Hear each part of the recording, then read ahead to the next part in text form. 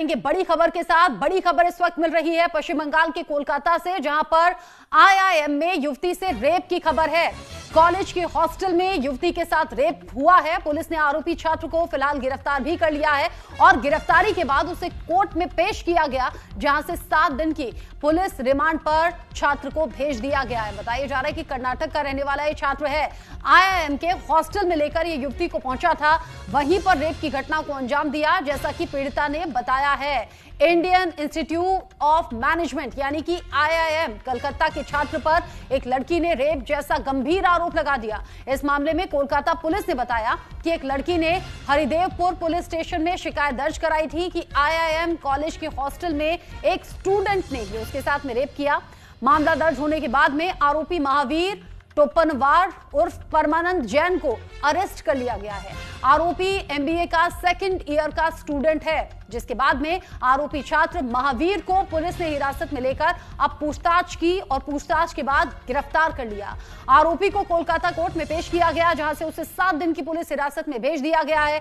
अगली सुनवाई की तारीख 19 जुलाई है। वहीं इस घटना के बाद पश्चिम बंगाल में सियासत भी गर्मा गई है। इस घटना को लेकर कांग्रेस सांसद अधीर रंजन चौधरी ने कानून व्यवस्था पर सवाल उठाते हुए कहा कि बंगाल में लॉ एंड ऑर्डर दिन ब दिन कमजोर हो रहा है। महिलाओं के खिलाफ अपराध बढ़ रहे हैं। अपराधियों में कानून का कोई डर नहीं। सरकार की लापरवाही की वजह से महिलाएं इस तरह के अपराधों का शिकार हो रही हैं। सरकार को इन अपराधियों को दंड देने के लिए यानी कि उनके खिलाफ सख्त एक्शन उठाने के लिए कदम उठाने होंगे। बंगाल में अपराधी कानून से डरते नहीं, वो लगातार अपराध कर रहे हैं। कोलकाता में एक और रेप का केस, आपको याद होगा पिछले दिनों भी एक लड़की से रेप का मामला गरमाया था।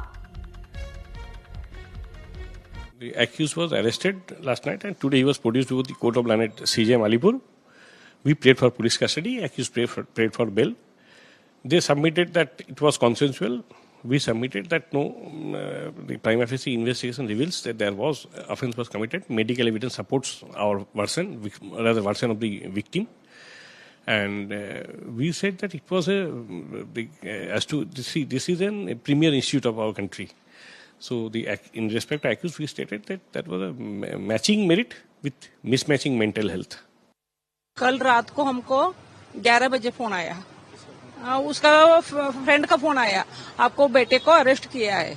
क्यों तो मालूम नहीं, लेके गए हैं। हम रात 11 बजे से 11 बजे फोन आया, 12 बजे हम उधर से किया है, कार से आए, बाद में फ्लाइट बेंगलुरु से आए, बेंगलुरु से इधर आए, आके 2 घंटा हुआ है। हमको बेटे को क्यों अरेस्ट किया है क्या कुछ भी मालूम नहीं।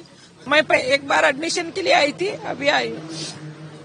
हमको इधर कोलकाता में कुछ मालूम नहीं है, किधर क्या है, कोर्ट किधर है, पुलिस स्टेशन किधर है, क्या कुछ भी मालूम नहीं। আইআইএম যেটা জোকায় যে ঘটনার কথা আসছে, এটা এখনো পর্যন্ত আপনাদের সঙ্গে যখন কথা বলছি তখনও পর্যন্ত, অর্থাৎ এই বিকেল 4:45টার সময় পর্যন্ত এটা একটা ধোঁয়াশাপূর্ণ ঘটনা হয়ে আছে। ধোঁয়াশাপূর্ণ ঘটনা হয়ে আছে। যে প্রতিষ্ঠানটিতে হয়েছে সেটি পশ্চিমবঙ্গ সরকারের প্রতিষ্ঠান নয়, তো সেখানকার নিরাপত্তা নিশ্চয়ই তাদের লোক আছে। সেখানে সিসিটিভি ফুটেজটা সবাই দেখুক। যে ছেলেটির বিরুদ্ধে অভিযোগ সেও কর্ণাটকের বাসিন্দা। এবার মেয়েটি এক ধরনের অভিযোগের কথা বলেছিলেন, আবার তার বাবা আরেক ধরনের কথা বলছেন। खबर को लेकर मेरे साथ में क्राइम एडिटर अली शरर जुड़ गए हैं ज्यादा अपडेट के साथ। अली, पश्चिम बंगाल में रेप की घटनाएं रुक नहीं रही, कभी गैंग रेप कभी रेप, और बड़ी बात यह और बेशर्मी की बात यह है कि टीएमसी बार बार सिर्फ पल्ला झाड़ती है, जैसा कि अभी कहा जा रहा है। देखिए, बिल्कुल रचना, ये कोई पहला मामला नहीं है पश्चिम बंगाल में। कोलकाता में अब से पहले भी ऐसे तमाम मामले हुए हैं जिसको लेकर के लॉ एंड ऑर्डर कटघरे में खड़ा होता है। लेकिन सवाल यही है कि हर बार की तरह इस बार भी एक नया मामला सामने आता है, जैसे कि अभी आईआईएम कॉलेज का सामने आया है कि छात्रा के साथ दुष्कर्म किया गया। हालांकि पुलिस ने आरोपी को गिरफ्तार कर लिया है, 7 दिन की रिमांड भी ले ली है, मेडिकल करा दिया गया है पीड़िता का। लेकिन सवाल यही है कि लॉ एंड ऑर्डर की समस्या कब तक वहाँ बर्दाश्त करती रहेगी बंगाल की जनता। सबसे बड़ा सवाल यही है। हालांकि टीएमसी अपना हर बार पल्ला झाड़ते हुए, इस बार भी टीएमसी ने पल्ला झाड़ते हुए कहा कि सरकार क्या कर सकती है, लेकिन सरकार की लॉ एंड ऑर्डर को मेंटेन करने की पूरी तरह जिम्मेदारी होती है, जिससे कि अब पूरी तरह से लॉ एंड ऑर्डर ध्वस्त होता नजर आ रहा है पश्चिम बंगाल में। और ये पहला मामला नहीं, अब से पहले भी ऐसे तमाम मामले रचना होते रहे हैं। जाहिर सी बात है कि वहां विपक्षी दल अब एक्टिव हो गए हैं, चाहे बीजेपी है या फिर कांग्रेस है। अधीर रंजन चौधरी ने तो इससे पहले लॉ एंड ऑर्डर को लेकर सवाल उठा ही दिए।